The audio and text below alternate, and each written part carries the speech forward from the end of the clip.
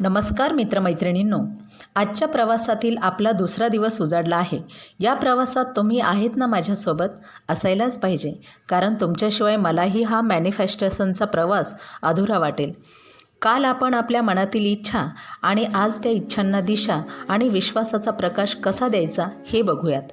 आता सुरुवात करूयात. सकाळी शांत ठिकाणी एका जागेवर बसा. एक दीर्घ श्वास घ्या, जेणेकरून आपलं मन शांत, हलकं आणि नवीन काहीतरी शिकण्यासाठी तयार होईल. आता डोळे मिटा. तुमची इच्छा मनात उभी करा, जणू ती तुमच्यासमोर घडून गेली आहे. असं कल्पना करा, तुमच्या स्वप्नातील इच्छारूपी काचेवर जी धूळ बसली आहे, जणू स्वप्न काचेमागे दिसतंय पण हातात येत नाही. आज आपण ती काच पुसणार आहोत आणि आपलं स्वप्न अगदी जिवंत स्पष्ट पाहणार आहोत. तुमच्या चेहऱ्यावर आपण पाहिलेल्या स्वप्नांचं चित्रीकरण करा आणि जे माझं आहे ते माझ्याकडे येत आहे आणि माझ्यासाठीच आहे या क्षणांना व्हिज्युअलायझेशन करा. त्याला स्पष्टता द्या. विश्वास द्या. जिथे मन स्पष्ट होतं तिथे मार्ग दिसू लागतो आणि जिथे विश्वास वाढतो तिथे स्वप्न जवळ येऊ लागतात. मी तुम्हाला 3 वाक्य देते.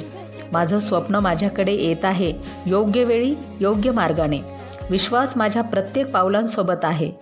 माझ्या इच्छाबद्दल मी पूर्णपणे स्पष्ट आहे. ही वाक्य तुमचं लाईफ चेंज करेल.